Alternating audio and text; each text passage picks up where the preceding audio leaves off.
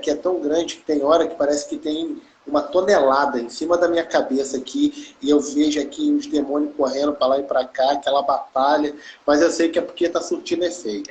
Tudo que você faz para Deus que surte efeito, pode ter certeza que você vai ter algum problema ou vários problemas. Mas eu fico feliz porque se Deus está permitindo, é porque a gente está fazendo aquilo que Deus quer que a gente faça. Está obtendo resultado. Isso, é atingir vidas, almas para o reino de Deus. Eu acredito que isso tem afetado a vida de cada um de nós, inclusive eu, porque quando eu falo, automaticamente as pessoas que estão vindo ficam felizes e eu sou edificado juntamente com as pessoas, porque eu estou falando da palavra de Deus e eu próprio medito naquilo que eu falo. Eu mesmo sinto a presença de Deus, né, no meio dessas batalhas aí, nessas guerras, vão falando, pessoas vão sentindo, vão sendo tocadas, e eu vou sentindo, vou sendo tocado, embora a fúria, eu sinto que a fúria está grande, mas eu sinto que tem uma vitória aí, ou vitórias poderosas, tanto para mim, quanto para quem está nos ouvindo, e para você que está sendo um canal aí, para abrir a porta para essas lives aí, na sua casa, no ambiente aí, cujo qual você está fazendo essa obra poderosa de Deus aí. Isso é uma obra missionária, isso é uma obra evangelística. Isso. Você está sendo missionário, você está sendo evangelista quando você faz isso. Amém, amém. Glória a Deus. Então, abençoado, eu já, como eu prometi, eu já vou ler aqui, e se você tiver já com a Bíblia aí no ponto, Apocalipse capítulo 6, nós vamos falar sobre os 4 cavaleiros do Apocalipse, e vamos falar sobre alguns detalhes aqui que está inserido nesse contexto, e se caso você tiver dúvida, porque eu sou uma metralhadora, né? Você viu que eu começo a falar, eu vou metralhando mesmo, Bíblia, palavra, eu não paro, eu sou meio que, só paro depois que o inimigo bate retirada e a vitória já está completa. Então, você pode falar, alguém perguntar, porque às vezes alguém aí pode fazer uma pergunta, porque você está vendo o que as pessoas estão escrevendo, eu não estou vendo. Aí se alguém perguntar alguma coisa, fala, Marquinhos, alguém perguntou, eu paro. Se eu souber explicar detalhadamente, se não, peço um tempo, dou uma pesquisada e passo no próximo vídeo. Beleza? Amém, amém. Vamos lá? Vamos lá. Apocalipse capítulo 6. E havendo o cordeiro aberto um dos selos, olhei e ouvi um dos 4 animais que dizia com voz de trovão, vem ver. E olhei e eis um cavalo branco, e o que estava sentado sobre ele tinha um arco, e foi-lhe dado uma coroa, e saiu vitorioso para vencer. E havendo aberto o segundo selo, ouvi o segundo animal dizendo, vem e vê. E saiu outro cavalo vermelho, e o que estava assentado sobre ele foi dado que tirasse a paz da terra, e que se matasse uns aos outros, e foi-lhe dada uma grande espada. E, havendo aberto o terceiro selo, ouvi o terceiro animal dizendo, vem e vê. E olhei, e eis um cavalo preto, e o que estava sobre ele estava sentado, tinha uma balança na mão. E ouvi uma voz no meio dos 4 animais que dizia, uma medida de trigo por 1 dinheiro, e 3 medidas de cevada por 1 dinheiro, e não danifiques o azeite e o vinho. E havendo aberto o 4º selo, ouvi a voz do 4º animal que dizia, vem ver. E olhei, e eis que um cavalo amarelo, e o que estava sentado sobre ele tinha por nome Morte, e o inferno, no caso Hades, o seguia. E foi-lhes dado o poder para matar a 4ª parte da terra, com espada, com fome, com peste e com as feras da terra. Até aqui, tá bom? Então vamos lá. Qual é o primeiro cavaleiro? Né? E quem abre os selos? Né? A Bíblia fala que o cordeiro abre os selos. Né? O cordeiro, a gente sabe que é Jesus Cristo. Jesus, né, na qualidade de cordeiro, abre um dos selos que nós já lemos já no capítulo 5 de Apocalipse. Quem é digno de abrir o livro que tinha os selos? A gente falou sobre os livros. Então, quando ele abre um dos selos, o que é que ele vê? Ele vê um cavalo branco. E esse cavalo branco é um homem montado, e esse homem tinha o quê? Um arco na mão, ele tinha uma coroa e saiu vitorioso para vencer. Vamos lá. Dentro da visão escatológica, eu já falei outras vezes, não existe só uma vertente, não existe só uma visão. Existe mais de uma visão, na área escatológica, na área teológica. Então, primeira vertente que eu quero falar sobre o cavalo branco ou o homem que está sentado sobre o cavalo branco. A primeira vertente, eles acreditam que esse homem montado no cavalo branco seria o poderio militar. Todo o poder militar, porque na época de João, evidentemente, não existia a tecnologia que temos hoje. Então não existia carro, não existia nada disso. Então a visão era se dada com a realidade que a pessoa vivia naquela época. Então mostrou para ele. Então alguns intérpretes, no caso seriam intérpretes da visão histórica, acredita que toda essa visão que ele tem seria o poderio militar pelos séculos, quer dizer, daquela época para cá. Então, o poderio militar, porque todas as nações, inclusive Roma, cujo qual João estava detido, que era pelo Império Romano, conquistou tudo o que conquistou através de batalhas, através de guerra, porque Roma era o exército mais bem treinado e mais destruidor e feroz que existia naquela época. Beleza, essa é uma primeira interpretação. Uma segunda interpretação seria que esse cavalo branco, esse homem montado no cavalo branco, com o arco na mão, seria o evangelho pelo mundo. Eles acreditam, alguns intérpretes, que acreditam que esse homem montado no cavalo branco seria, numa figura de linguagem, o evangelho alcançando as nações, porque ele saiu vitorioso para vencer e tinha uma coroa na cabeça. Coroa, no caso, fala de realeza. Então, eles comparam isso ao evangelho de Cristo, que desde quando começou a ser pregado não parou até o tempo atual. E por que o arco? Porque o arco, ele é um tipo de armamento que você não precisa de contato físico. Você pode lançar e pode atingir o seu alvo. Então, quer dizer, eles comparam isso à pregação do evangelho e à velocidade e à expansão que o evangelho de Cristo pode chegar nas nações. Terceiro e último, que se acredita que ele seria o anticristo. Eu acredito dessa maneira. Já é uma visão que bate com aquilo que eu acredito dentro da visão escatológica, teológica, que esse homem do cavalo branco é o anticristo. O que acontece? O que a Bíblia fala sobre a manifestação do anticristo? O anticristo, quando ele se manifestar, ele vai se manifestar fazendo o quê? Trazendo uma aliança de paz com Israel e os povos muçulmanos, povos árabes, para realizar a construção do terceiro templo. Com a construção do terceiro templo, acreditamos que no momento em que é feita a aliança, eu já falei sobre isso, mas eu tenho que pincelar, está em Daniel capítulo 9, versículo 27, que é a 70ª semana de Daniel, que é uma semana de anos. Então, quando é feita essa aliança de 7 anos, quem é que vai fazer? Um homem que vai trazer paz para aqueles povos e vai trazer paz para as nações. Abre tua Bíblia aí em 1 Tessalonicenses, capítulo 5. 1 Tessalonicenses, capítulo 5, versículo 3. 1 Tessalonicenses, capítulo 5, versículo de número 3.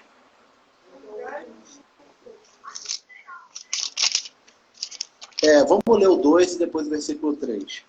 1 Tessalonicenses 5, versículo 2 e 3. Olha o que a Bíblia fala. Porque vós mesmos sabeis muito bem que o dia do Senhor virá como ladrão de noite, quer dizer, repentinamente. Versículo 3.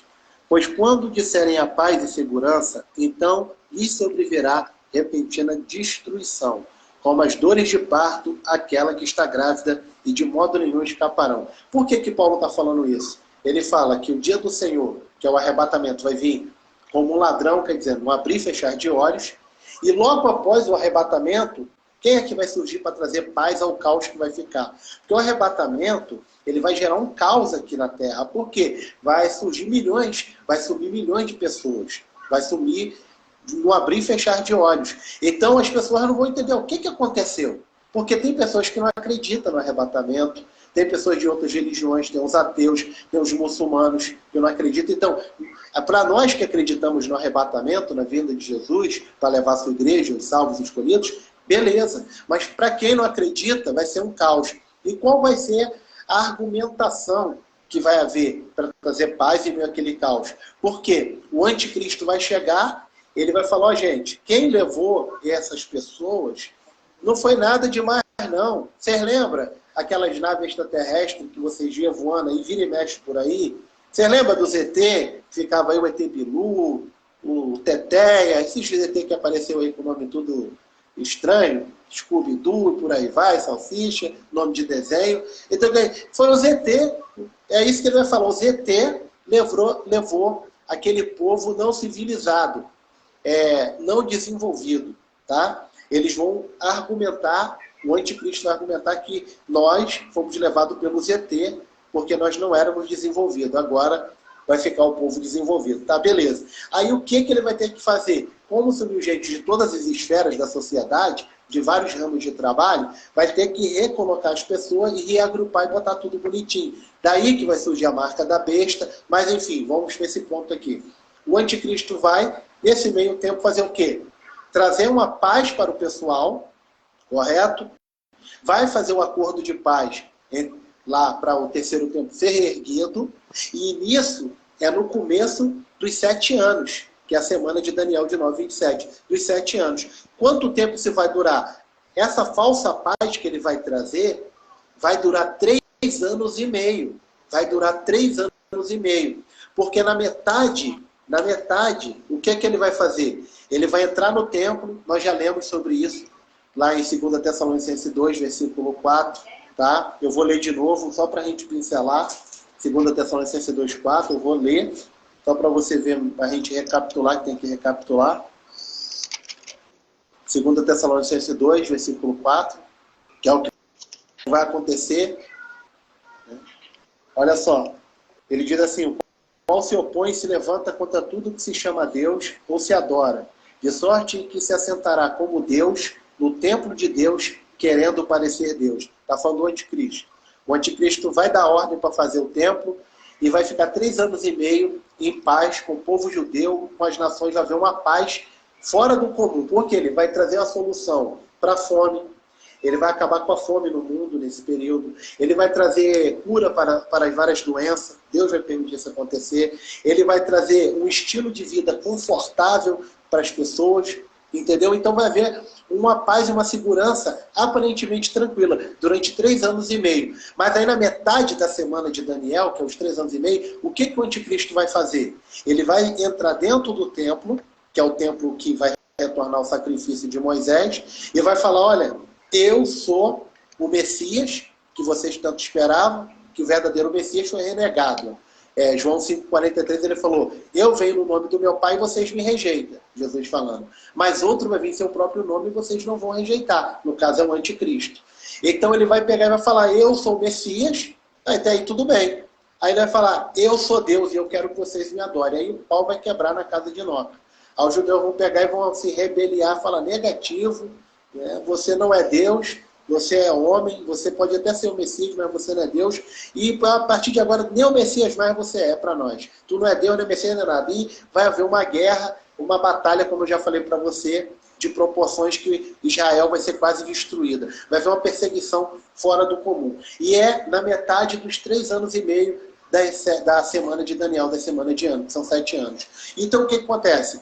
Esse cavaleiro aqui é o cavaleiro do Apocalipse, que está vestido de branco, que vem no cavalo, com arco e coroa na mão, é o anticristo, porque ele tem arco, mas ele não tem flecha. O porquê que ele tem arco e não tem flecha? Porque ele vai utilizar a lábia, ele vai utilizar a conversa, ele não vai usar força a princípio, nem o poderio militar ele vai usar a princípio para conquistar, porque ele vai ser aceito de cara.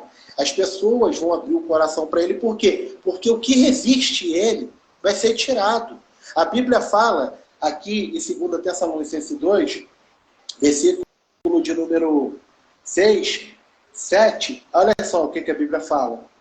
E agora vós sabeis que o detém, para que a seu tempo próprio seja manifestado. Porque já o mistério da justiça opera. Somente há um que agora resiste, até que do meio seja tirado. Quem é que resiste ao anticristo? Quem é que resiste o mal? Há 3 interpretações. Primeira interpretação: o que resiste ao anticristo seria o Espírito Santo. Ponto positivo. É o Espírito Santo. Segunda coisa, a igreja, os cristãos que pregam o evangelho e o poder das trevas não conseguem crescer. Jesus falou para Pedro, Mateus 16, versículo 18, tu és Pedro, aí aponta para ele e fala, e sobre esta igreja eu edifico, sobre esta rocha eu edifico a minha igreja, e as portas do inferno não prevalecerão. Quer dizer, Jesus, nós somos edificados em Jesus Cristo, então o inferno não tem poder. Terceira e última interpretação significa que as leis põem limite à manifestação do iníquo, que é anomia, que eu falei na aula retrasada, que a palavra lei no grego é nomos, tá? Que nem Deuteronômio, para você ver, o livro Deuteronômio. Deuteronômio significa segundo o livro da lei. Por quê? Porque ele decidiu falar novamente o que foi falado em Êxodo. Então, Deuteronômio, se você dividir ele, Deutero significa segundo, nômio significa lei, né? Da palavra nomos, dever, lei, preceito. Então, ele é anomia. O iníquo é anomia. O que é anomia? Sem lei. Aquele que não segue regra, aquele que vai contra a lei. Então, o anticristo, ele, dentro desse ponto, ele é detido pelo Espírito Santo, pela palavra de Deus, pela igreja e pelas leis decretadas que são favoráveis ao que é correto ainda. Uma vez que a igreja for tirada, aconteceu o arrebatamento, ele se manifesta e vai começar a fazer isso. Aí começa essa perseguição contra os cristãos e contra os judeus. Beleza? Então, deixando bem claro que na interpretação que eu estou falando aqui, eu acredito claramente que o cavaleiro do cavalo branco é o anticristo. E o anticristo, ele vai se manifestar dessa forma, porque o branco representa a paz e a santidade. Ele vai vir representando quem? Jesus, que o povo judeu rejeitou. E Jesus tinha o quê? Ele vai trazer uma falsa paz, né? Isso, correto. Ele vai demonstrar uma falsa paz e uma falsa santidade. Porque o pessoal vai acreditar que ele é Jesus, que ele é o Messias. E ele vai se passar como se fosse o Messias, no princípio dos 3 anos e meio, dos 7 anos da grande tribulação. Mas aí vamos lá. Então, nesse ponto, já ficou claro que eu acredito, e acredito que você passa a entender isso, que esse cavaleiro é o anticristo, é o antimessias. Aí vamos lá, no capítulo 5 de novo, para a gente ver o segundo cavaleiro ligado a isso. Ó. E aberto o segundo selo, ouvi uma voz dizendo, saiu outro cavalo vermelho, que estava sentado sobre ele, foi dado que tirasse a paz na terra, que matasse uns aos outros. Foi dada uma grande espada. Olha só, esse cavalo, ele é desencadeado através desse selo, que é aberto. Primeiro vem o cavalo branco, que acreditamos que é o anticristo, e vem o segundo cavalo, que é o cavalo que vem, do seu cavaleiro, que é a guerra. E ele dá uma espada e permite matar. Ó, nós já tivemos guerras. Os cavalos deles não foram soltos, mas nós já sentimos já como seria se eles fossem soltos. Como? Primeira Grande Guerra Mundial, 1914 a 1918. Morreu aproximadamente 20 milhões de pessoas na Primeira Grande Guerra Mundial. Quando surgiu a Primeira Grande Guerra Mundial, que até então não tinha acontecido, uma guerra que reunisse nações uma contra as outras, guerras sempre houve, mas não guerras que unissem nações umas contra as outras. Foi com a morte do primeiro-ministro Ferdinando, lá em São Petersburgo, na Rússia. Ele morreu, então mataram a esposa dele e houve essa Primeira Grande Guerra, cujo qual essa guerra envolveu nações e morreu aproximadamente 20 milhões de pessoas, o que não tinha acontecido até essa época.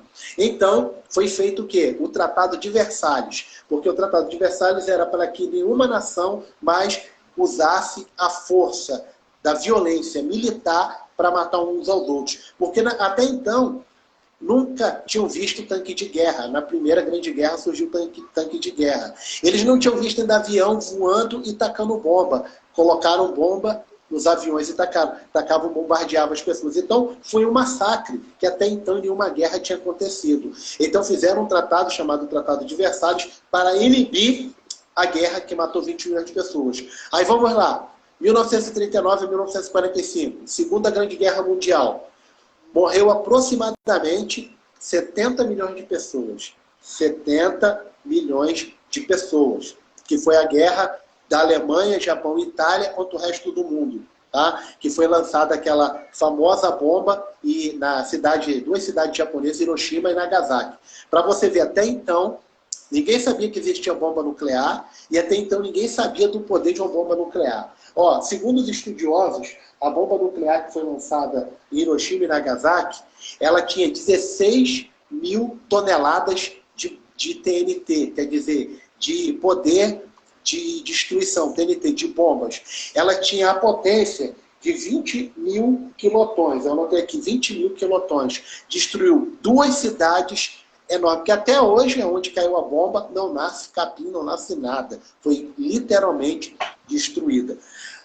Atualmente, nós temos o quê? A bomba de hidrogênio. A bomba de hidrogênio, ela tem uma potência de 20 milhões de quilotrons. Olha só, a bomba de Hiroshima e Nagasaki, que foi lançada lá, ela tinha uma potência de 16 mil TNT, que eram as bombas, e 20 mil quilotons. A bomba de hidrogênio, ela tem a potência de 20 milhões de quilotrons. Sabe o que isso quer dizer? Que o TNT dela, se o dele é 16 mil, o TNT dela é de 40 mil quilotrons, vezes 10. Quer dizer, se cair numa cidade, devasta a cidade, a capital e quase o país inteiro, a bomba de hidrogênio. Então, quer dizer, é de 20 milhões de quilotons. Então, o que vai acontecer? Isso é uma base. Ó. Outro detalhe, para você ter uma noção de guerra. Outro detalhe. Na Guerra Civil Americana, que foi do ano de 1861 a 1865, morreu 600 mil pessoas. Foi considerada a batalha mais sangrenta da Guerra Civil que houve. Porque no mundo sempre houve guerra civil. Até atualmente, no mundo teve 213 guerras civis. Atualmente temos a guerra da Rússia e da Ucrânia, que está tendo até hoje, que já completou um ano, que é uma guerra entre eles. O que acontece? Dentro dessa guerra, morreu 6 mil pessoas. 6 mil pessoas. Também, 600 mil pessoas, perdão. Também tivemos a guerra de 1917, que foi uma guerra na Rússia, chamada de Guerra Bolchevique. Guerra Bolchevique.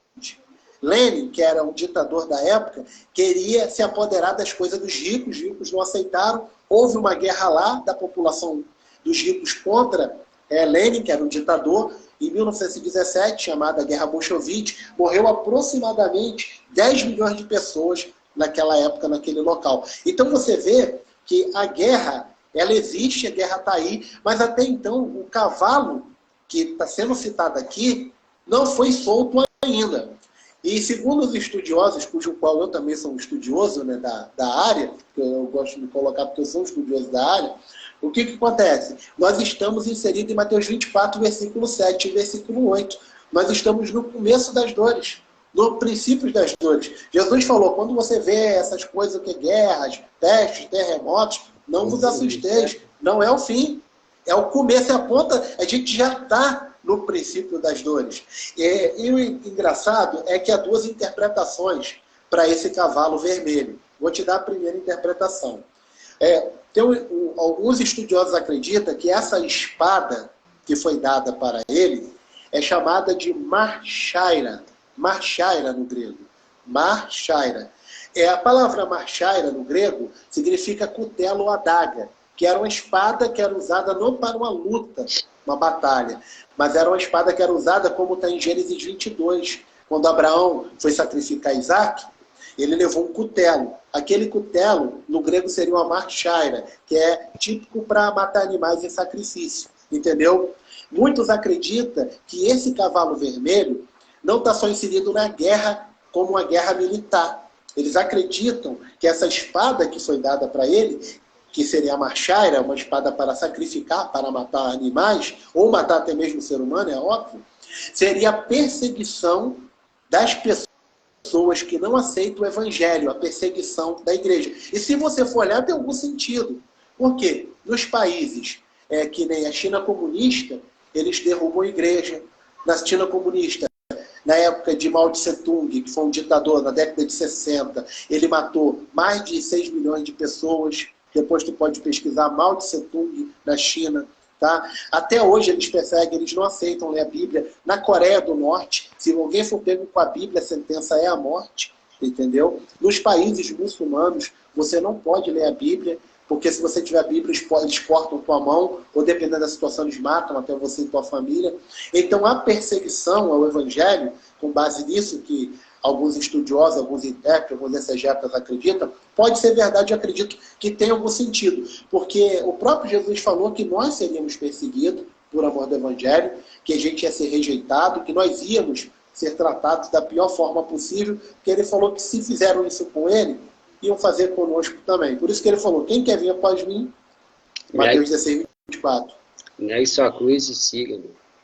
Negue-se a si mesmo, toma sua cruz e siga, porque morrer. Porque se você for pegar e não deixar morrer, deixar viver, tu vai querer brigar, vai querer trocar tiro, vai querer entrar no jogo da carne. Ah, eu não vou morrer não, então eu vou matar. Não é assim que o ser humano é? Ah, tu vai matar, eu mato você primeiro. Ah, tu vai me bater, eu bato você primeiro. A pessoa não quer perder, ela quer ganhar. No reino de Deus é o contrário. Você morre para você viver. Você perde para vencer. Você se humilha para ser exaltado. Você é o último para poder ser o primeiro. É assim no reino de Deus.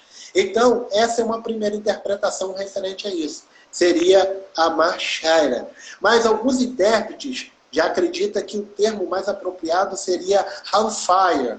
Hellfire é uma espada típica para combate, típica para a guerra, igual a gente vê nos filmes medieval, igual a gente vê em filme romano, aquelas espadas típicas para a batalha. Então fala, assim, de uma guerra nuclear, uma guerra não somente espiritual, mas uma guerra, uma batalha, uma guerra militar, como a gente vê aí em filme e está vendo atualmente, como exemplo, a Rússia e a Ucrânia e países que estão em guerra. Então, nesse ponto, o que vai acontecer? No período em que acontecer a perseguição do anticristo aos cristãos, isso vai acontecer, vai haver uma grande guerra na Terra. E que guerra vai ser essa? As nações que estão dominadas pelo poder do anticristo, que estão subjugadas por ele, vão fazer guerra a qualquer pessoa que não aceitar a marca da besta, que não se submeter, e vai haver batalhas sim, guerras sim nesse período. E vai haver o quê? Muitas mortes, tanto de pessoas que creem em Deus e que vai querer morrer por amor ao Evangelho, então aquelas pessoas que não vão aceitar a marca, que não querem mesmo a marca. Porque vai ter pessoas que não vão querer a marca, não é por causa de Deus, não. É por causa que elas não querem, pronto, acabou. Né? Entendeu? Então vamos lá, vamos dar continuidade aqui. Então o cavalo vermelho vai ser no período da grande tribulação. Beleza? Isso aí já ficou claro, né? Através do anticristo. Vamos lá. E havendo aberto o terceiro selo, ouvi o terceiro animal dizendo, vem ver. E olhei, e eis um cavalo preto, e sobre ele estava sentado, e sobre o que ele estava sentado tinha uma balança na mão. E ouvi uma voz no meio dos 4 animais dizendo, uma medida de trigo por um dinheiro, e 3 medidas de cevada por um dinheiro, e não danifiques o azeite e o vinho. Pronto, vamos aqui. Né? Cavalo preto. O que acontece? Quando há guerra, há fome. Quando há guerra, o que acontece? Não tem como a pessoa trabalhar. Eu estava vendo aqui o documentário da guerra da Rússia e da Ucrânia, pessoas que tinham bens na Ucrânia, que eram pessoas bem-sucedidas, que eram ricas, que eram pessoas que tinham a bala, que tinham o tutu, como faz o ditado popular, o din-din, está passando dificuldade, não tem o que comer. Por quê? Porque as fronteiras estão fechadas, porque não tem como plantar, porque é bombardeio durante a noite, é ataque o tempo todo. Eles mal têm água para beber, porque eles têm que ficar se locomovendo. E os lugares que eles perdem, eles não podem voltar. Eles não tomam banho, porque... E aí o que acontece? Eles ficam com fome, eles não têm o que plantar, não têm dinheiro, porque não tem como trabalhar. Então o que vai acontecendo? Eles vão, dentro dessa situação, ficando limitado, e dentro dessa limitação da guerra, eles passam a ficar suscetíveis, não somente morrer pela guerra, mas a morrer por doenças e morrer por fome. Porque o dinheiro que eles têm, eles não têm, porque não tem como trabalhar, eles não têm como tirar, não tem como alguém mandar, porque está em guerra. Agora vamos lá, eu quero te explicar isso agora. Ouvi uma voz dos 4 animais, do meio dos 4 animais dizia, uma medida de trigo por um dinheiro. Um dinheiro seria um denário da época. Um denário era o equivalente a um dia de trabalho braçal de uma pessoa, de um pai de família. Um exemplo, um pai de família, na época que isso aqui foi escrito, que João escreveu, ele trabalhava um dia e ganhava um denário, um dinheiro para nós. Esse um denário daria para sustentar ele e a sua família tranquilamente. Por quê? Nessa época, ele conseguia comprar 8 medidas de farinha. 8 medidas de farinha seria aproximadamente quase 1 litro de farinha de trigo. Porque naquela época a gente não compra. Não é que nem hoje, que vai ali na padaria, já compra o pão de forma, compra o pão. Eu lembro que teve uma época. Eu lembro que teve uma época que tu vendeu pão, lembra? Teve uma época que você vendia pão? Eu cheguei até a comprar contigo, eu estava na igreja, tu passou lá, a gente comprou contigo, eu lembro. Então, não tem como naquela época, não tem como comprar pão. Não tinha como comprar pão. Então, o que eles pegavam? O trigo para fazer o pão, para fazer as coisas para comer. Então, naquela época que foi escrito isso aqui, um dia de trabalho de um trabalhador, um dinheiro ou um denário, daria para comprar 8 medidas de trigo, quase 1 litro de farinha de trigo. E 24 medidas de cevada. Cevada o trigo já era uma coisa mais para uma pessoa rica naquela época. Já a cevada já era mais para as pessoas mais simples, mais pobres. Então o trigo eles comprariam com um dia de trabalho quase 8 litros de farinha de trigo. Já de cevada daria quase 24. Aqui, João está vendo, e os seres estão falando e mostrando para ele, que no período da grande tribulação, um dinheiro vai dar 3 medidas.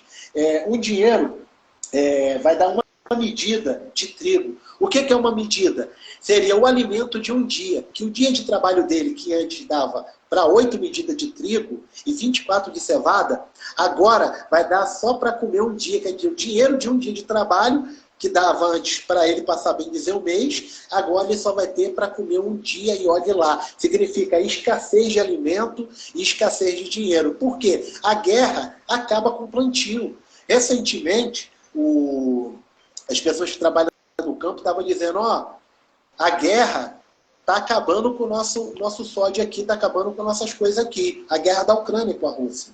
E lá na Europa, eles já falaram que está para chegar uma grande fome que vai atingir o mundo. Por quê? Porque a guerra ela está destruindo. Por quê? Porque há o boicote. Porque os países passam a boicotar o outro. O que é boicotar? Eles não compram de outros países. Então não tem transporte de alimento. Porque há o boicote. E nesse boicote, não tendo alimento, mesmo tendo dinheiro, você não come. Você pode ter o dinheiro, mas se não tiver alimento para você comprar, como é que você vai comer?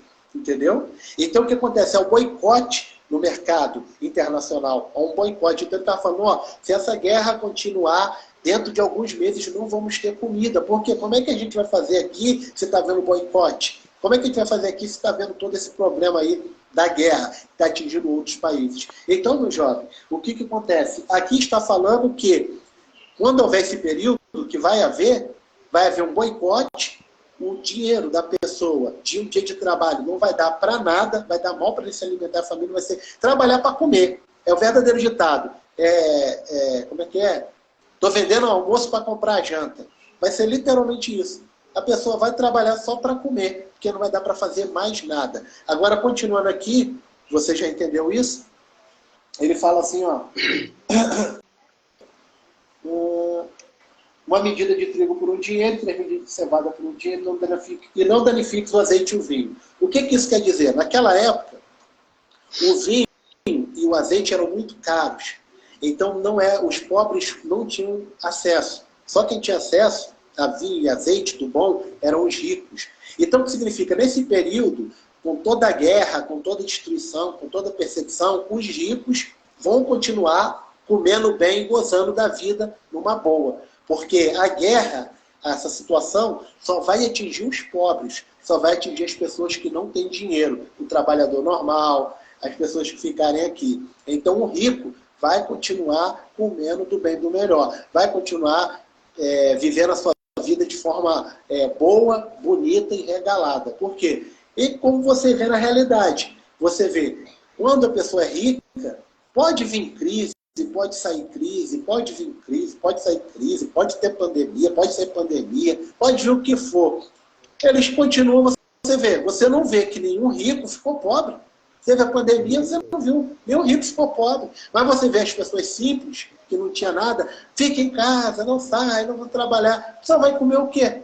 Pergunta se algum deles pegou uma ONG, uma Kombi, botou cesta básica e levou lá. Não esquenta não, fica em casa que a tua luz eu vou pagar, a tua água eu vou pagar, a compra do mês eu vou pagar, Pode ficar sossegado que você não vai passar fome, porque a gente vai manter você o tempo que for necessário que essa pandemia durar. Você não viu ninguém se preocupar em fazer isso. Claro que teve as suas exceções. Teve pessoas que se preocupam em ajudar o próximo. Teve sim, né? Teve pessoas que ajudam muita gente. Agora eu estou falando assim, dos ricos em si, eles falar é fácil. Agora, quem é que está vivendo a situação é que sabe. O camarada, se não trabalhar, vai ficar sem luz. Se não trabalhar, vai ficar sem água. Se não trabalhar, vai comer o quê? A família vai comer o quê?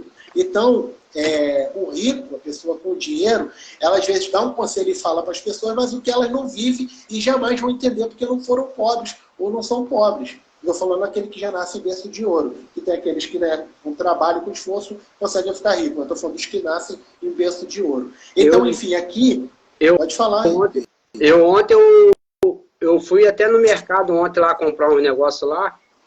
Eu tava falando com o rapaz lá no açougue lá. Eu peguei e falei, cara, daqui uns dias não vai demorar muito não. Já tá perto. Daqui a pouco os pessoal vão começar a saquear os mercados. Porque... você olha hoje em dia, antigamente, cara, eu lembro que no meu trabalho de carteira assinada, meu primeiro serviço de carteira assinada foi, acho que se eu não me engano, foi 2005. O meu salário era 200 e, eu acho que era 240, 280, eu acho que era o salário mínimo naquela época. Eu entrei dentro do mercado do Guanabara, cara. Eu enchi, foi 2 carrinhos de compra. Ainda sobrou dinheiro, trouxe, compra minha caixa de leite fechada, pacote de açúcar, muita coisa mesmo. Hoje em dia você trabalha o ano todo, você recebe aí 1.000 e pouco, quase R$ 1.400, não sei quanto é que está o salário mínimo, que eu não recebo salário mínimo, então eu não sei quanto é que está. Você entra dentro do mercado e você não compra nada. Antigamente você entrava dentro do mercado com R$ 100, você saía com 2 bolsas, 3 bolsas cheias. Hoje em dia você sai muito mal com uma bolsa e vazia ainda por cima. Aí eu falei para ele, daqui a pouco, cara, os pessoal estão saqueando, vão começar a saquear os supermercados. Igual, não sei se já parou, se não parou, que o jornal não mostra essas coisas. Lá na Venezuela, lá, tava saqueando tudo lá na Venezuela, lá, os pessoal saqueando os supermercados, as lojas todinhas. Cara, com certeza, porque isso é o famoso estado de calamidade, porque quando a pessoa ela se vê contra a parede, porque um dos instintos mais veementes do ser humano é a sede e a fome, que é a necessidade de sobrevivência. Você pode ver, que nem um exemplo, lá na China, em alguns países que nem o Vietnã, eu vejo às vezes quando eu estou pesquisando alguma coisa, eu gosto de ver essas culturas, eles comem morcego, comem rato. Eu tenho um amigo meu que ele é corredor profissional, ele foi na China, e lá na China tem espetinho de escorpião. Ele até tirou uma foto, rindo e apontando. Eu falei, tu não comeu um escorpiãozinho lá não? Só para dizer pra gente como é que é. Ele riu, falou, não, Martinho, não comi não. Ele é corredor profissional, atleta profissional. Aí o que acontece? Para nós é o cúmulo do absurdo.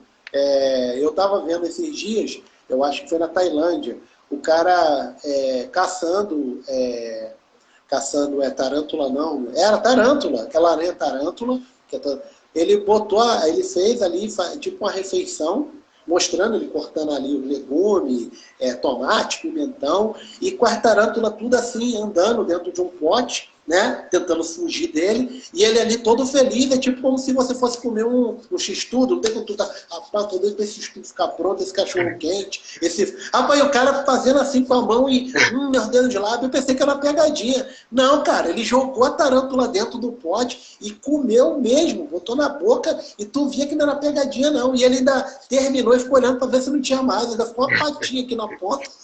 Aí ele foi e tirou, né? Falei, rapaz, o bicho comeu uma tarântula. Aquele bicho comprido que é perigoso, é cheio de perna. Aquele bicho comprido lacraia. Não é centopeia, não.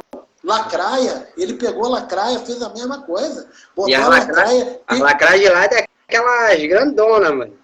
Meu Deus! Eu tava ano passado eu acho que foi em novembro, eu estava lá em Teresópolis, Nova Friburgo, na faculdade da Estácio, estava trabalhando lá, fazendo uma reforma na cisterna lá, eu achei que era caô, cara, mas eu achei uma, estava morta já, desse tamanho assim, a grossura da bicha. E imagina esses países aí, como é que deve ser. Não, cara, ele pega na mão e ela andando, e ele pegando ela e jogando no pote lá, era mais de uma. Temperou e comeu, cara. Eu pensei, pô, antigamente, eu pensando comigo, o perigo era eu ver a lacraia e correr da lacraia. Agora o cara não. A lacraia vê ele, a lacraia que tem que correr dele, Aí porque o sai perigo correndo. é o cara. Você vê o grau da coisa. Então o que acontece? Dentro disso aí, e dentro disso aqui, para nós, essa cultura é errada. Mas na guerra do Vietnã, a pessoa que está em guerra, ela não tem o que comer. A pessoa que está passando fome, o que ela pensa? Eu tenho que matar minha vontade de comer, de beber, porque aquela vontade ali, o instinto de sobrevivência vai falar alto. Quer ver? Na Bíblia, a Bíblia fala que o rei ia passando, 2 Reis, capítulo de número 7, 6 e 7 ali, o rei ia passando, aí tinha duas mulheres debatendo. Ó, eu cozinhei meu filho, hein? Eu cozinhei meu filho ontem, porque tu falou pra gente comer meu filho, agora a gente tem que cozinhar o teu. Ela não queria deixar comer o filho dela. Aí o rei ficou furioso, quer dizer, estava havendo um ato de canibalismo. Uma matou o filho, cozinhou e comeu, porque estava com fome, tá? É capítulo 7 de 2 Reis. E, tipo, a outra não queria matar o filho para comer. Então, quer dizer, existe um ato de canibalismo devido ao instinto de sobrevivência do homem. Os instintos mais veementes do homem é a fome e a sede, meu amigo. O cara com fome e com sede, ele faz loucuras. Você tá entendendo? Igual comer lacraia, comer rato, comer morcego. Para eles é normal. Então, aqui, ó, dando continuidade, versículo de número 7. E havendo aberto o quarto selo, ouvi a voz do quarto animal que dizia, vem e vê. E olhei e eis um cavalo amarelo. Eu vou explicar sobre esse cavalo amarelo, hein? E o que estava sobre ele tinha por nome Morte. E o inferno, no caso Hades, o seguia. E foi-lhe dado o poder para matar a quarta parte da terra com espada, com fome, com peste e com as feras da terra. Presta bem atenção.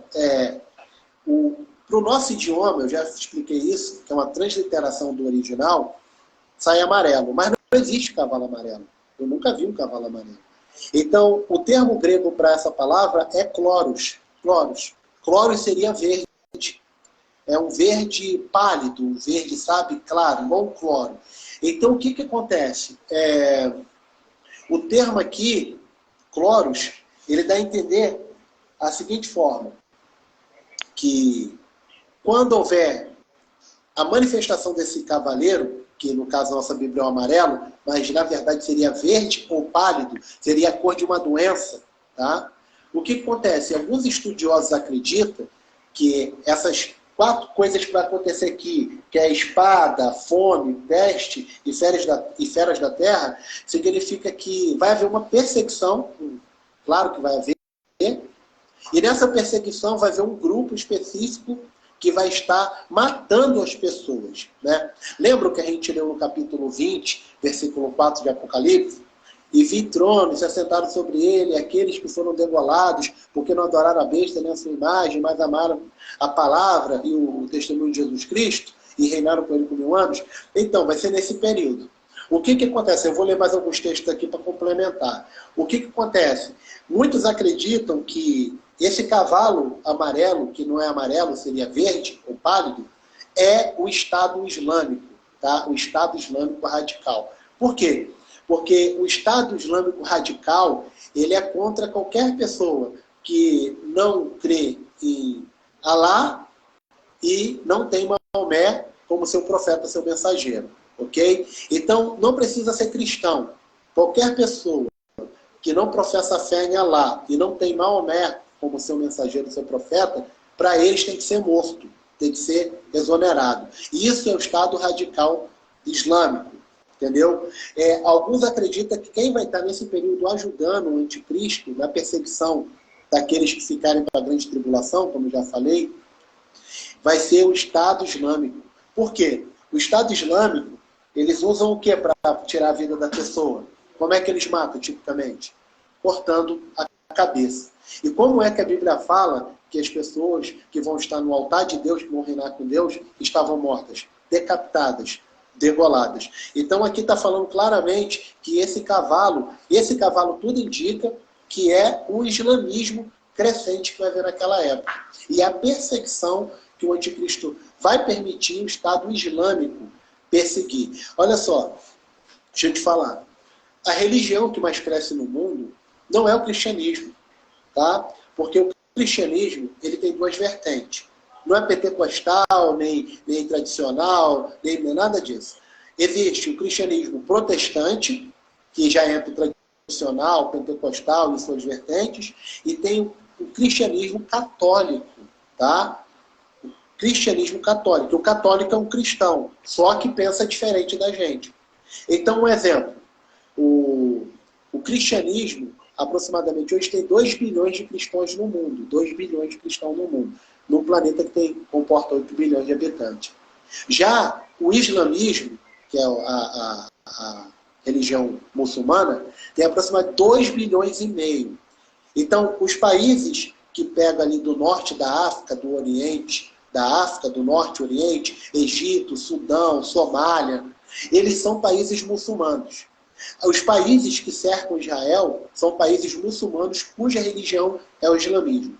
A Europa, tipo Suécia, França, Dinamarca, são países, a Alemanha agora, que foram dominados, tá, pelos muçulmanos, pelo islamismo. Ok? Então, o que acontece? Deixa eu só pincelar isso aqui para você entender isso rápido. Um exemplo. O que aconteceu? A Igreja Católica, vamos lá. Quando surgiu a Igreja Católica? Ano 325. Ela surgiu. Ano 325 da Era Cristã. Através de um concílio chamado Concílio de Nicéia. Eu vou sintetizar para... que eu não vou entrar no contexto histórico teológico, não. Tá, beleza. Chegou até aqui. Do ano 325, ali, desses anos, o que a Igreja Católica fez? Um rei chamado Ricardo Coração de Leão falou assim: temos que tomar novamente Jerusalém dos infames, dos pecadores, não sei o que lá. Mandou uma galera para lá, morreu todo mundo. Mandou criança, velho, escravo, morreu todo mundo lá, lutando contra os muçulmanos. Aí depois teve uma outra batalha, e nessa batalha eles conseguiram vencer e se prevalecer lá. O que acontece? Aí vieram os muçulmanos através de Saladino, tem até um filme chamado A Cruzada que fala sobre isso, depois você pode ver que fala sobre esse assunto. Venceu e Jerusalém ficou no poder dos muçulmanos durante 1000 anos. Na verdade foi 1200, né? Mas a gente sintetiza 1000 anos. Aí quando foi ali... o nome do filme é A Cruzada. A Cruzada. A Cruzada, o nome do filme. Entendeu? Então o que acontece? Jerusalém ficou no poder dos muçulmanos durante 1000 anos. E qual foi a visão que os muçulmanos tiveram dos cristãos? Porque eles achavam que Jerusalém tinha que ser dos cristãos, porque mataram Jesus, os judeus, os muçulmanos tomaram... e eles estavam lá, os muçulmanos. Então eles queriam tomar dos muçulmanos, porque para eles Jerusalém tinha que ser dos cristãos. No caso dos cristãos católicos, entendeu? Então os muçulmanos tomaram Jerusalém e ficaram lá por 1000 anos. E quando que ela foi entregue? Ela foi entregue ali em 1914 para a ONU através de um general chamado Edmund Alasby. Edmund Alasby. Por que entregaram para Edmund Alasby? Porque havia uma profecia dizendo que futuramente viria um mensageiro de Alá e ia pedir, eles tinham que entregar. Olha o nome do general. Edmund Alasby. O nome Alasby é um nome que vem do islamismo. O que significa? Alasby, servo de Alá. Então, quando falaram assim, olha, entrega Jerusalém, quem está pedindo? O general Edmund Alasby. Quando falou Alasby, todo mundo soltou as armas. Porque quem falou? É o servo de Alá, ué. Se é servo de Alá, a gente serve a Alá. Entregaram sem dar um tiro, não houve uma guerra. Aí foi passado para a ONU, entendeu? Aí a ONU foi e devolveu para Israel, que virou o Estado de Israel, que é o Estado mais novo que existe, no dia 10 de maio de 1948. Eu já falei sobre isso aqui por alto. Mas, enfim, então, os muçulmanos, eles têm uma visão deturpada do Evangelho por causa da perseguição que eles sofreram e das guerras que são chamadas cruzadas. Ok? Eu estou falando por alto, não estou entrando em detalhe, não. E é isso que eles não aceitam. Então, para eles, os cristãos são traidores. Os cristãos são hereges. E qualquer pessoa que professa outra religião é herege. Então, qual é Aí eles têm um livro chamado Sharia. O que é a lei de Sharia, Sharia Law? É que nenhuma pessoa que não tem Alá, que não tem Maomé, tem que ser morto, não tem conversa, decapitação é degola. E a Bíblia fala o quê? Que vai haver uma perseguição, e essa perseguição vai haver degola. Agora, tem um detalhe, fome, que vai haver por causa da guerra, a perseguição, morte. Por que o Hades perseguia as pessoas? O Hades é um inferno. Porque quando a pessoa morre, a alma desencarna do corpo. E para onde que a alma vai? Ou para o céu, ou para o inferno. Quer dizer que essas pessoas que vão ser perseguidas no período da grande tribulação vão ser pessoas que creem em Yeshua, que creem em Jesus, que não vão... e pessoas que não creem, que tá ali, só não quer servir, entendeu? Então vai morrer pessoas que creem em Jesus, que tem Jesus como Senhor, e pessoas que não estão nem aí, só querem viver a mesma vida e pronto, e acabou, tá? Então, o que acontece? Vai haver a salvação também, claro, de muitas almas. E as feras? O que seriam essas feras? Será que seriam animais mesmo? Aí vão para o grego, né? O grego, a palavra fera no grego é terion. O que é terion no grego? Terion significa animais fortes, animais incontroláveis, animais com muita força. Então, o que acontece? Nesse período aí, de fato, vai haver muitos animais, até seres que estão sendo descobertos atualmente. Não sei se você sabe que tem alguns animais que estão sendo descobertos atualmente, que os cientistas estão trazendo, querendo trazer a vida. Alguns animais modificados, ok? Cientificamente modificados. Então, quer dizer, vai haver os animais que já existem e animais que vão ser modificados. Não sei se você sabe que o Pitbull, ele é um cachorro que foi...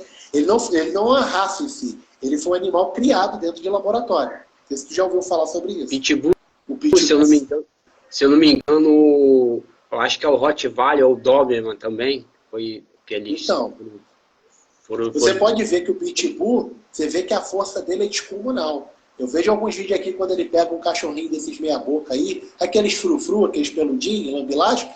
Meu irmão, o bicho, o cara dá uma paulada, pula em cima, passa com o carro e ele não solta. Ele não solta, cara. O bicho tem uma força incrível.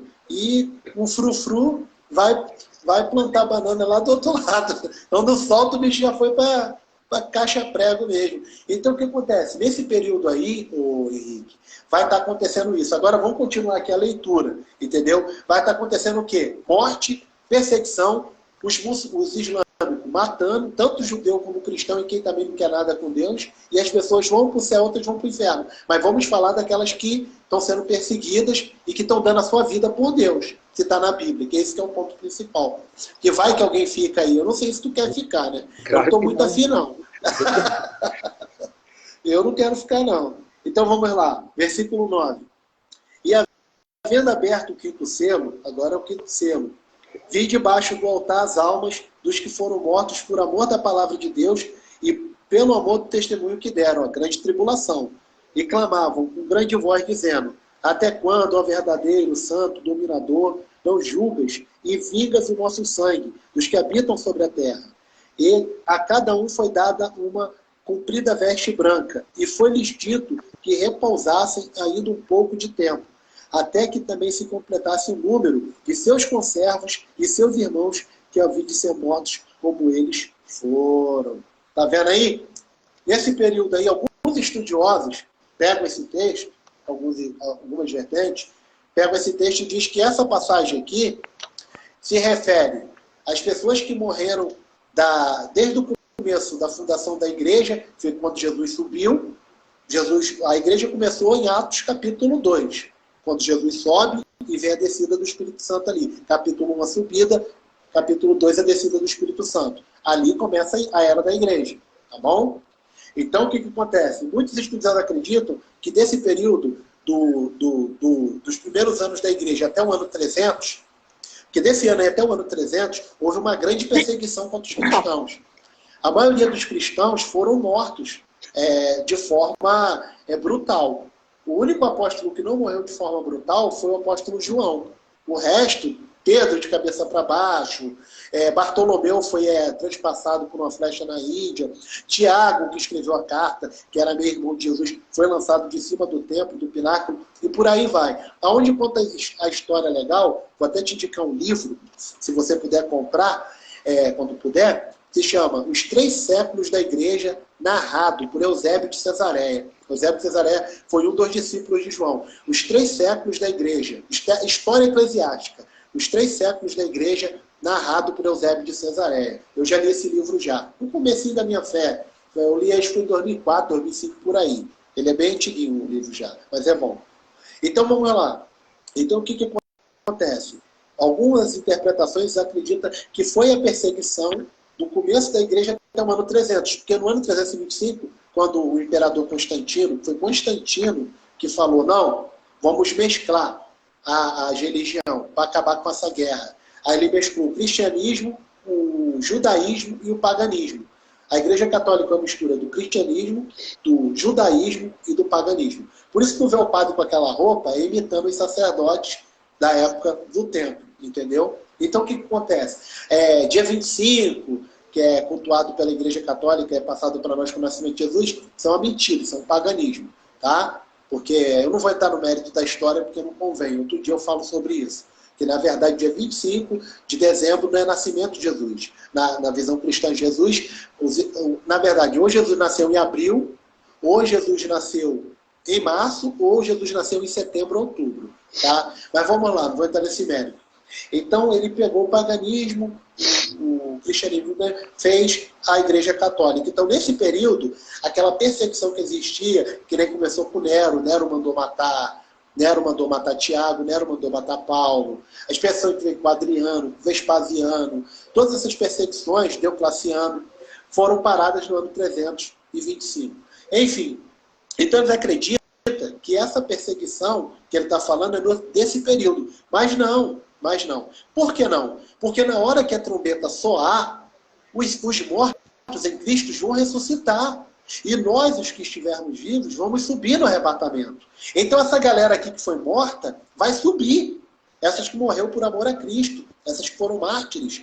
Que a gente nem imagina quantos morreram. A gente nem imagina quem morreu lá. A gente vai conhecer gente que a gente nem imagina que existiu, que a gente vai ouvir as histórias lá, como foi, que a gente vai saber. O bom é que a gente vai assimilar tudo rápido, porque nós vamos ter um corpo glorificado e a mente de Cristo. Então a gente não vai levar anos estudando, igual tem que ficar lendo, vendo vídeo. Não, a gente vai assimilar tudo assim, ó, porque vai ter a mente de Cristo e no corpo glorificado perfeito, a semelhança do dele. Então o que acontece? Aqui está falando, isso que eu acabei de ler, do período da grande tribulação, porque essas pessoas que estão sendo mortas degoladas, porque elas não estão aceitando elas não estão aceitando alguma coisa. Então elas estão sendo perseguidas por isso. E o que elas não estão aceitando? A imposição da marca da besta e a imposição da adoração a um Deus estranho, a um Deus que não é o único Deus verdadeiro, que no caso seria Jesus Cristo como Salvador. Eles não vão aceitar. Então o que acontece? A Bíblia fala claramente, olha o que a Bíblia fala. Cara, isso é claro, meu. Até quando o verdadeiro santo dominador não julga se vingulão de sangue? Versículo 9. E vi aberto o quinto selo e vi debaixo do altar as almas dos que foram mortos por amor da palavra de Deus. Tá? E o amor testemunho que deram. Quer dizer, eles vão dar um testemunho cristão no período da grande tribulação, pregando o evangelho para as pessoas judeus e para aqueles que eram desviados e para aqueles que nunca ouviram falar de Deus ou que não davam ouvidos para a palavra de Deus. Quer dizer, pessoas de outras religiões, quer seja budismo, espiritismo, sei lá qual religião, até mesmo islamismo, pessoas que eram ateias, ateus, vão ouvir da palavra de Deus, só que o que vai acontecer? Vão ser alcançados pelo grupo islâmico, pelo anticristo, vou botar assim, e vão ser degolados, vão ser mortos. Aí o que eles pedem? Eu quero salientar isso para você entender como é que as coisas da palavra de Deus são fortes. As pessoas dizem que no céu ninguém vai lembrar. Eu sempre falo, vai lembrar. A pessoa tem consciência, você vai ter consciência. Lá no céu você vai ter a mente, só que tua mente vai estar em Cristo, perfeita, mas você vai pensar. Você não vai virar um robô, você não vai ter um chip, igual o anticristo quer fazer com o ser humano. Você vai usar o cérebro. Olha só, vamos lá, o versículo 10. Agora é o 10. Quem está clamando? A galera que foi morta.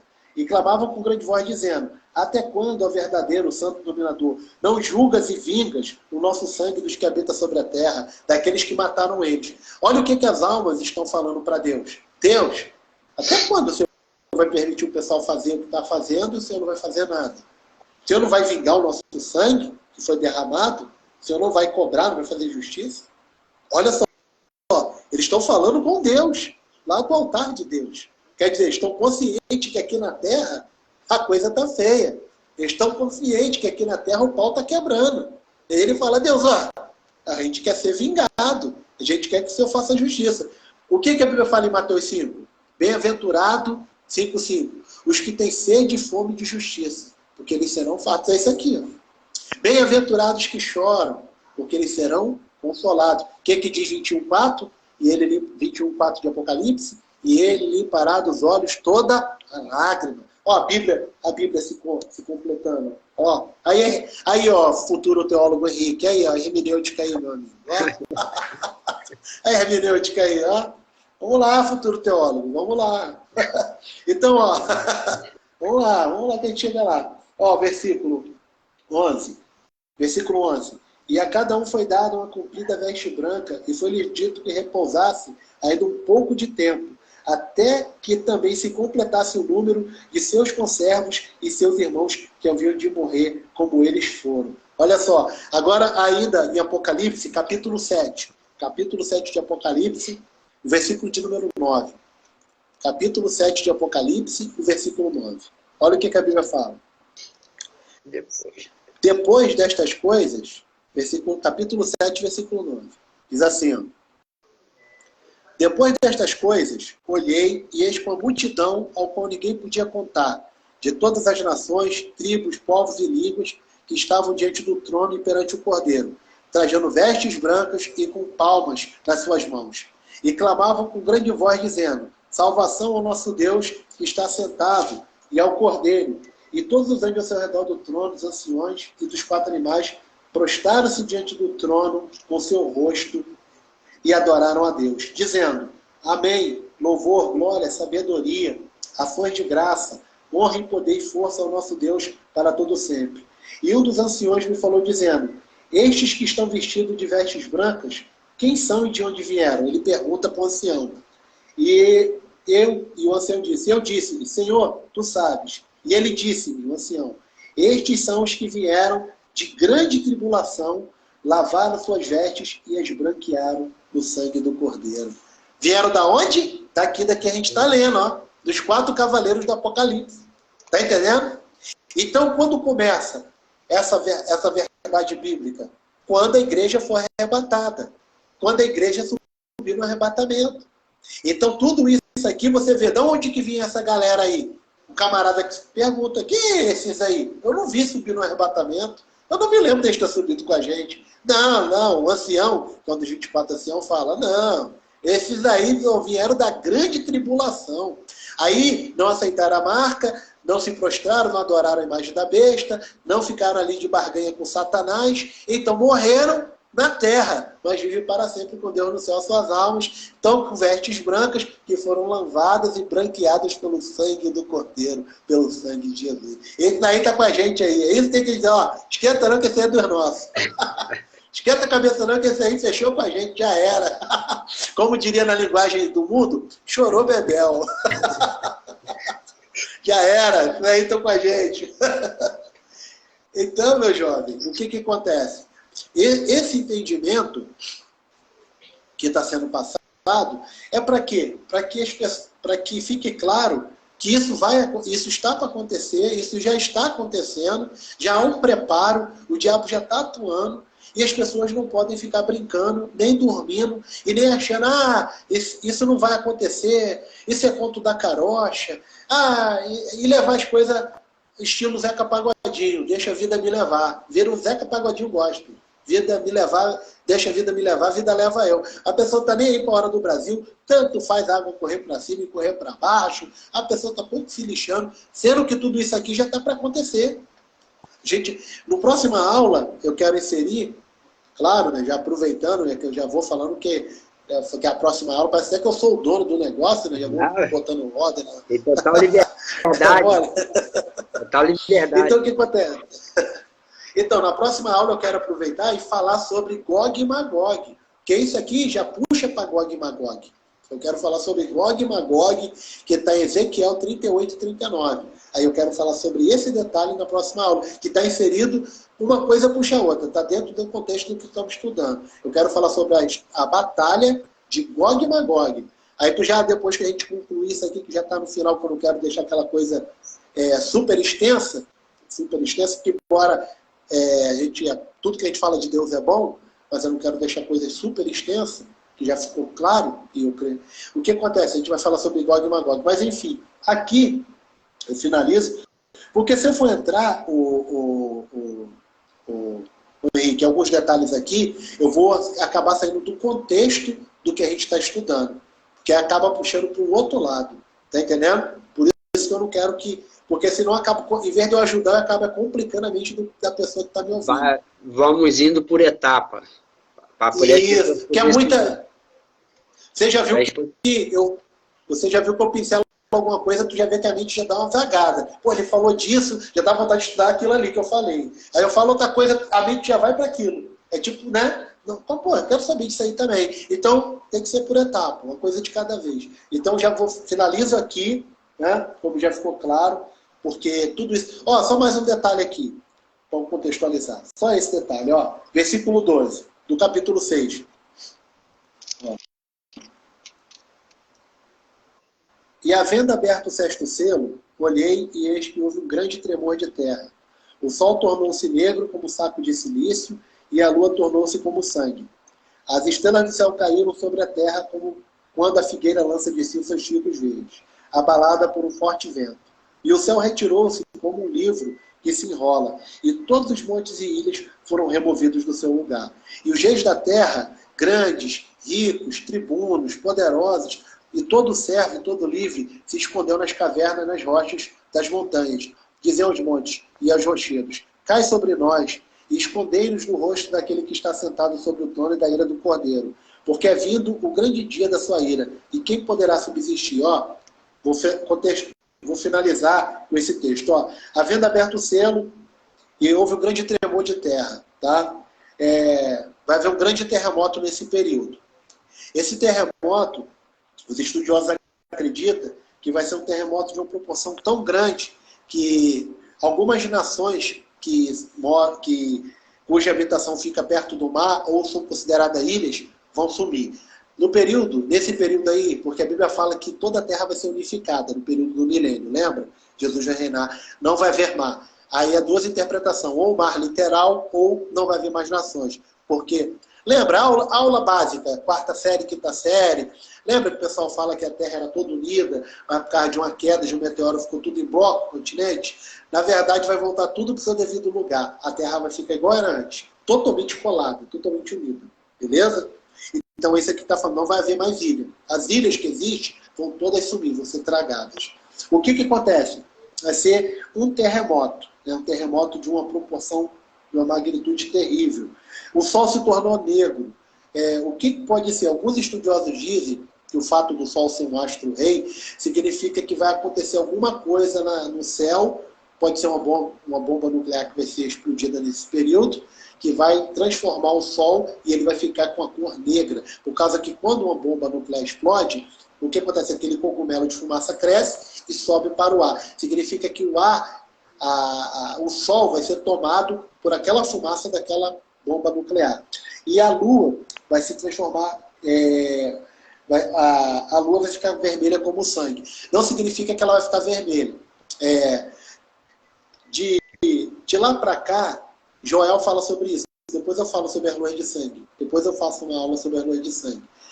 Joel falou que antes do grande e terrível dia do Senhor, está ali em Joel 2, versículo 31, pode ler depois, ele fala que o sol ia se transformar negro e a lua ia ficar como de sangue. No ano de 1493, tivemos uma grande lua de sangue e toda vez que teve lua de sangue, aconteceu grandes eventos na Terra. Toda vez que tem uma lua de sangue, ou tem um eclipse lunar como esse, eles falam, acontecem grandes eventos na Terra. Você lembra o que Jesus falou? Que haverá sinais no céu, na lua, nas estrelas? Lucas 21, versículo 25. A angústia das nações e perplexidade do mar, o bramido das ondas. Eu falei isso nas primeiras aulas. Sinais está falando disso aqui. Significa que a lua vai ficar de sangue. Quer dizer, a lua vai tomar uma tonalidade literal de sangue, como já aconteceu. Mostrando que já está acontecendo o dia da ira. O que é o dia da ira? Deus vai punir e Deus vai cobrar todas as pessoas que não levaram a obra, que não levaram a palavra de Deus, que não levaram a Deus, a Jesus Cristo, as coisas de Deus a sério. Todas as pessoas que brincaram na igreja, fingindo ser crente, porque não tinha coisa, com medo de morrer, porque era do tráfico e foi para a igreja para fugir do tráfico, pessoas que estavam na igreja para fugir de alguma coisa e ficou fedida ali, estava só se escondendo, Deus sabe quem é. Esse grande dia vai estar lá, se não subir, se não se arrepender, se não voltar atrás, pedir perdão e colocar a vida no altar, porque aí tem chance, ainda temos tempo para isso, para quem está brincando. As pessoas que criticavam, que faziam bruxaria, maldade com os outros, quer seja cristão ou não, vai estar lá, porque a ira de Deus vai cair sobre todas as pessoas que cometem maldade e injustiça, sobre todas as pessoas que fazem o mal. Todas as pessoas que vão estar sendo punidas e julgadas são pessoas que estão enquadradas em Apocalipse, capítulo 21, versículo 8, que eu vou contextualizar falando sobre isso, ok? Então aqui, ó, vai acontecer isso, o céu vai se retirar. O que acontece? Lembra que eu te falei que os três céus, urânios, eporânios e mesorânios? Porque urânios é a matéria que faz a bomba nuclear. Então acredita que nesse período vai haver tantas guerras nucleares que esse céu aqui, por ter carregado de urânios, ele vai ficar numa tonalidade como se esse céu não vai existir mais. E lembrando que as pragas, os selos estão abertos, mas vai vir também as taças da ira de Deus e as trombetas de punição. Significa que o mar vai ficar vermelho, que vai cair uma grande pedra lá chamada abissino, que vai matar a terça parte ou boa parte dos animais. Quer dizer, vai haver uma grande destruição na Terra. Então o mar, tanto como o sol reflete o mar, e o mar faz a tonalidade do céu, azul, então não vai existir nada disso. Então o céu vai estar totalmente despido, como um tapete que a gente enrola, mostra o chão. Está entendendo? E os montes e as ilhas foram removidos. O que significa isso? Como as ilhas vai haver um terremoto, as ilhas vão ser destruídas, porque a maior parte dos terremotos, para ninguém sabe, às vezes a pessoa não sabe, pensa que começa na Terra, negativo. A maior parte, lembra daquele terremoto que eu falei no começo das aulas, da Tailândia, da Indonésia, de 2004, que matou aproximadamente 300 mil pessoas? Foi uma placa tectônica no mar que mexeu. Não foi na Terra, foi no mar. E houve um maremoto. Muito dos terremotos não está ligado à terra física, está ligado ao mar. O que acontece lá no fundo afeta aqui na Terra. Você está entendendo? Então, o que acontece? As ilhas vão ser tanto quanto os montes e os rochedos. Toda a terra, eu vou ler depois esse texto, vou te mostrar, está em Isaías. Toda a terra vai ser aplainada, a terra vai ficar reta, não vai haver mais monte. Por isso que vai ficar fácil todo mundo ir lá para Jerusalém adorar o rei. Lembra que a gente leu? Todo mundo vai subir, se não subir vai chover, não vai chover na terra do pessoal. Quem não subiu vai ficar 3 meses sem chuva. Por que vai ficar tudo fácil? Porque vai aplanar tudo. O único lugar alto vai ser Jerusalém. E o único lugar alto vai ser o trono de Deus, que todo mundo vai ver. Vai ficar tudo assim, ó. Vai voltar lá em Gênesis capítulo 7, eu acho. 7, né? 7 não, eu acho que é 8, de quando teve o dilúvio, que o dilúvio tampou a terra, quando a arca parou sobre aquele monte. Agora eu não lembro o nome do monte. O Monte Ararat. Monte Ararat. Esse que é na Turquia. Isso mesmo. Vai ficar tudo plano. É igual quando eu morei no Mato Grosso do Sul. Lá no Mato Grosso do Sul não tem morro, não tem subida. Aí eu andava de bicicleta para cima e para baixo, já bom, rapaz. Cara, que bom, aqui eu não morro de pedalar. Tudo reto. Lá não tinha subida, cara. Eu vou, caramba, é tudo reto aqui. O obeso não sofre. Não, eu tava gordinho. Então o que acontece? Nesse período aí, Deus vai aplanar tudo, porque é tudo um preparo para quando o rei voltar, tudo é um preparo para reinar aqui. Tudo isso aqui que vai acontecer é para banir, é para um preparo para tirar tudo aquilo que não presta, aquilo que não serve, para que a gente venha habitar aqui na terra. Aí a gente vai habitar aqui nessa terra restaurada. Por isso que vai ver toda essa destruição. Porque no novo céu e na nova terra habita a justiça.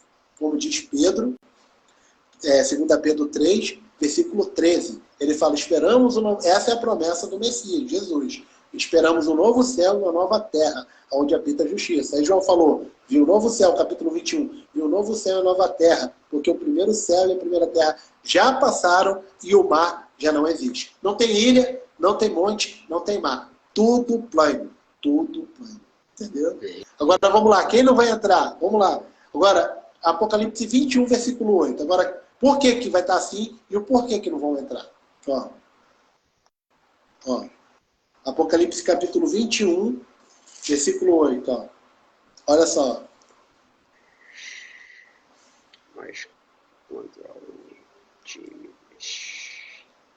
Mas quanto aos tímidos, aos incrédulos, aos abomináveis, aos homicidas, aos fornicadores, aos feiticeiros, aos idólatras e a todos os mentirosos será no lago que arde com fogo e enxofre, o qual é a segunda morte.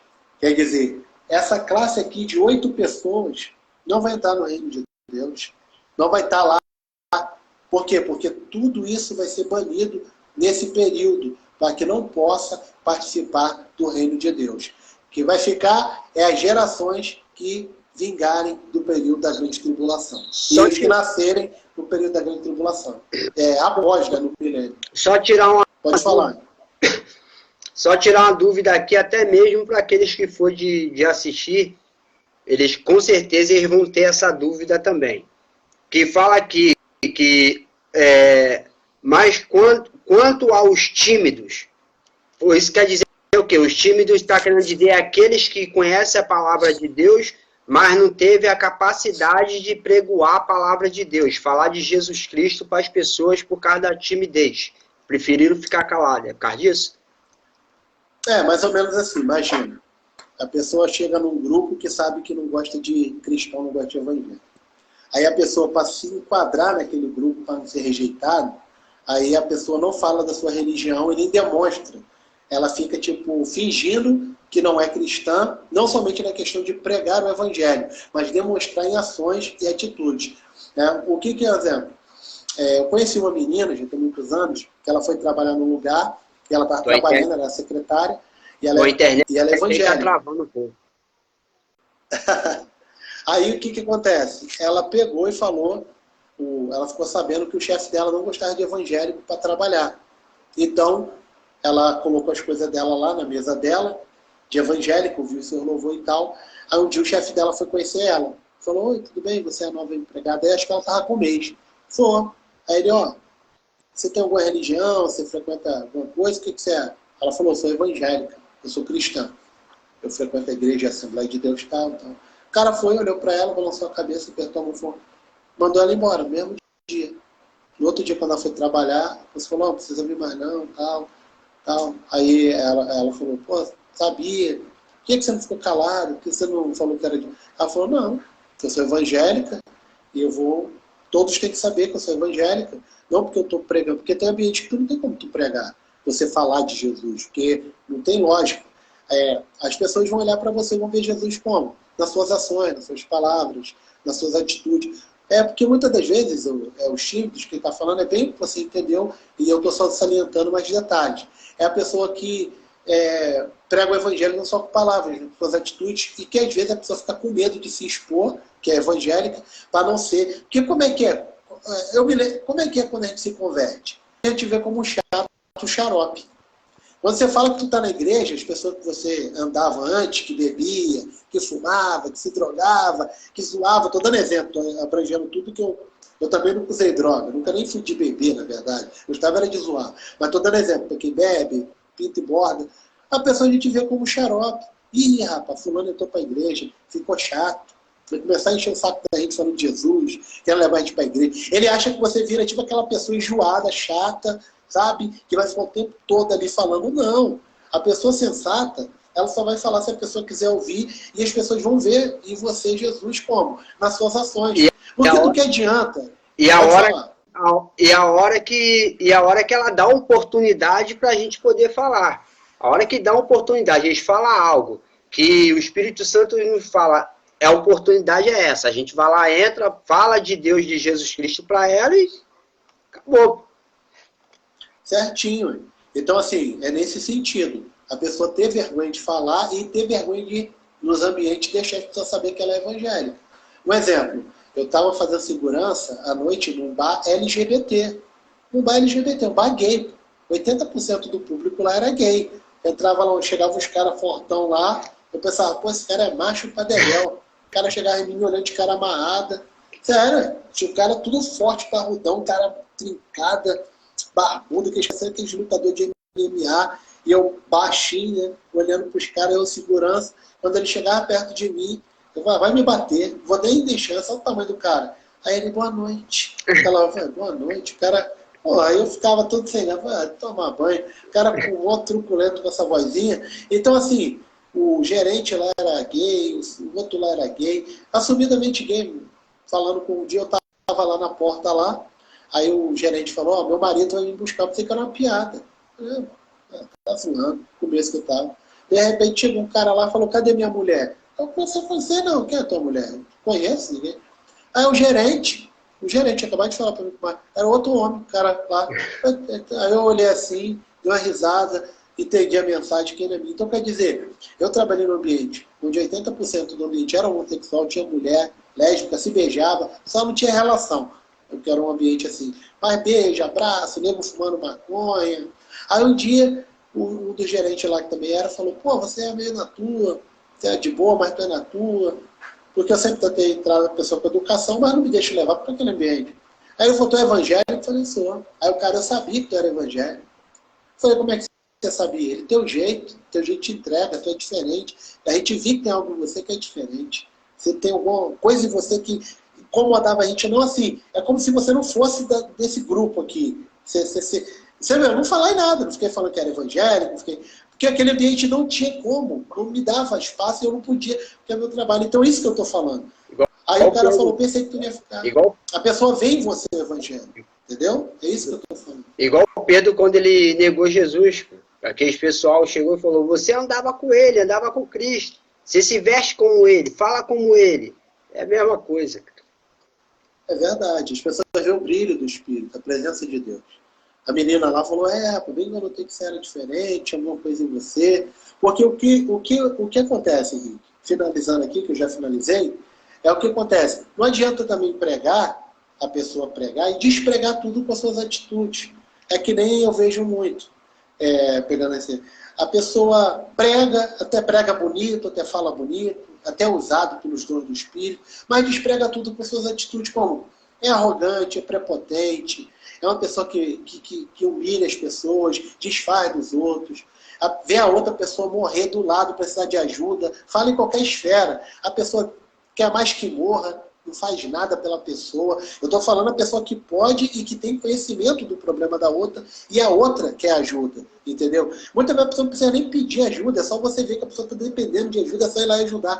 Quando você faz pagando. Tem pessoas que prega, canta, profetiza, faz tudo, mas ela desprega tudo com as suas ações. Olha, eu mesmo, todo lugar que eu fui, trato as pessoas com respeito, procuro ser educado. É claro que perfeito eu não sou e falho, eu sou pra caramba, sou extremamente limitado, cheio de defeito. Se eu falar para você que eu virei um docinho de coco, é mentira. Eu preciso melhorar muito, eu tenho defeito a rodo, eu tenho falhas a rodo, eu preciso melhorar muito em muitas áreas da minha vida, mas eu sei coisas que eu melhorei e sei coisas que eu me libertei. Isso eu posso falar. Quando chegar esse ponto, Deus ele faz igual ele fez com Enoque e com Elias. Já arrebata logo. Então, meu jovem, o que acontece? Na rua, morei num lugar uma época, eu passei na rua, a moça da igreja, eu passo, nem cumprimento, a pessoa da igreja nem te dá uma boa noite, um bom dia, paz. O pessoal passa de cara fechada, cara amarrada, parece que está com ódio do mundo, cheio de ferida emocional. Aí como é que tu vai ajudar alguém a curar se você tem mais ferida que a pessoa? Como é que você quer curar uma pessoa se você não está curado? Por isso que tem pessoas na igreja que falam, eu não vou para a igreja porque se é para ser crente, igual aquele irmão ali, eu não quero ser. Se é para ser crente, eu entendo, porque se eu fosse ser cristão, por muitos irmãos e por muitos líderes que eu conheci, não todos, mas por muitos que eu conheci e por muitos que eu tive contato, meu irmão, se fosse por esse motivo, eu não estaria na igreja nem me pagando por certas ações e atitudes que fizeram comigo. Entendeu? Então, assim, por isso que eu estou falando, não adianta pregar o evangelho, bonito, falar bonito, conhecer, igual ser formado, igual no meu caso, tem conhecimento teológico, disso, daquilo, mas despregar com as ações. Nossas ações têm que estar pautadas com aquilo que a gente vive. Nossas palavras têm que ser a nossa vida tem que ser nossas palavras. Aqui em Goiás, quando eu cheguei, eu me lembro que um pastor da Deus e Amor, ele saiu da Deus e Amor, fui para a Assembleia, virou meu amigo. Aí ele falou assim, Martim, eu me lembro que o pastor pregava muito lá na igreja isso. Tinha um homem pregando e alguém na frente gritava, eu não estou te ouvindo. E o homem começava a falar mais alto no microfone. Aí a pessoa falava, eu não estou te ouvindo. Aí ele pedia para a pessoa aumentar o volume do som e começava a gritar no microfone. Aí a pessoa que estava na frente falava, eu não estou te ouvindo. Aí o cara, eu já gritei, já aumentei o volume, eu estou berrando aqui, você está diferente. Você não está me ouvindo? Ele falou, não é isso. É porque as suas ações falam mais alto do que as suas palavras. As suas palavras eu sou surdo, mas as suas ações eu estou vendo. Então suas palavras falam mais alto, a sua atitude, as suas ações falam mais alto que as suas palavras. O que você está pregando aqui é bonito, mas as suas ações diz totalmente o contrário. Ela estava falando, você não é nada daquilo do que você prega para os outros. É isso que eu estou tentando falar. Que nós viemos pregar, mas as nossas ações, não perfeição, que ninguém é perfeito, mas que nossas ações falem mais alto do que nossas palavras. Porque qualquer pessoa pode pegar e dizer que é cristã, mas é difícil a pessoa viver como o cristianismo que Jesus Cristo ensinou tem que ser vivido. É isso. Isso é verdade. Isso. É verdade. Muitos hoje em dia eles pregam, mas não vivem aquilo que prega. Prega amor, tem que ajudar o seu próximo, ser tudo, mas não vive aquilo. Tem muitos que falam não, em cima do altar, que sofra eu, mas não sofra a obra. Mas a primeira dificuldade, a primeira tempestade que vem sobre a sua vida, está com um problema familiar ali no seu trabalho, chega dentro da igreja, com aquele carão de bicão, a obra não tem nada a ver com isso. Se eu estou passando, Deus me livre e guarde, perder alguém da minha família, eu tenho que chegar na igreja sorrindo, dirigir, como eu dirijo o culto dia de sexta-feira, dirigir o culto muito bem, obrigado, sorrindo, dando glória a Deus, e deixar Deus consolar meu coração, mas só que tem gente que não sabe fazer isso. Verdade. Mas eu espero que a live aí tenha alcançado o objetivo. Eu acredito que tenha alcançado. Pelas retaliações, não estou falando nem pela repercussão. Estou falando pelas retaliações que eu sofro aqui. Com certeza está acontecendo algum reboliço no meio da congregação. É verdade. Entendeu? Eu estou satisfeito, né, porque para mim é muito compensador, porque é uma área espiritual muito forte, falar da palavra, principalmente da área da escatologia. E eu sei que as pessoas que abrem o coração para a palavra de Deus, elas não perdem nada, ainda mais para aprender as coisas de Deus. E, por sua vez, eu acredito que Deus tem nos abençoado grandemente e ricamente estarmos reunidos assim, fazendo essa grande obra. Verdade. Eu acredito nisso. Muitas das vezes a gente não pode ver nem assim nos olhos carnal, mas no mundo espiritual Deus está agindo, Deus está nos abençoando de uma forma sobrenatural. Amém. Glória a Deus. Então é isso, Henrique. Minha parte está feita. Eu te agradeço aí por estar me chamar desde muito antes, né? A gente já conversa de fazer isso já tem muito tempo mesmo. E Deus permitiu, deu a honra, né, de poder participar. Eu agradeço. E já vai preparando aí para a gente, quando você vai estar livre, Qual dia agora que você vai estar livre para a semana? Cara, segunda-feira eu... Porque quinta-feira agora eu prego. Porque quinta agora eu prego, domingo eu prego, eu vou pregar quinta, eu vou pregar domingo agora, eu vou sábado marcada. Sábado? Tô, à noite estou. Então, se você tiver livre sábado, já pode preparar, que eu já vou deixar aqui já meio caminho andado, para a gente falar sobre Gog e Magog. Aí é Ezequiel 38 e 39. Já fica já com isso na mente já, a gente dá já uma explanada maior sobre o assunto, até a gente chegar onde que eu quero, que é a Batalha de Meguido, capítulo 17 de Apocalipse, que é ali que o pau vai quebrar a folha, é ali que o filho vai chorar e a mãe vai dormir. Daniel 38, versículo 39. Não, Ezequiel. Ezequiel 38 e 39. Batalha de Gog e Magog. 38 e 39. Isso.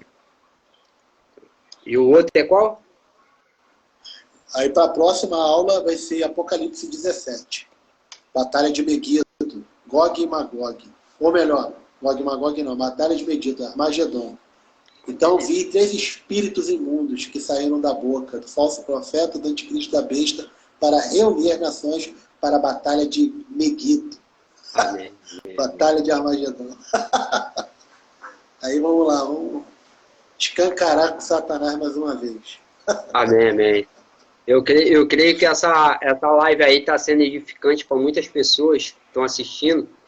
E está sendo uma coisa diferente, né? Está sendo uma coisa diferente, que está sendo um curso, tá lendo e explicando, dando entendimento, sabedoria às pessoas daquilo que Jesus Cristo tentou nos passar. Porque muitas das vezes tem muitas pessoas que não entendem, não compreendem. Até eu mesmo tenho certa parte da Bíblia que eu não compreendo muito. Eu tenho que ir lá no estudo para poder pegar, tentar entender o que Jesus Cristo está falando conosco ali. Isso aqui, para mim, isso que a gente está fazendo, eu creio que isso vai longe. Isso vai longe. Vai longe isso aí. Glória a Deus.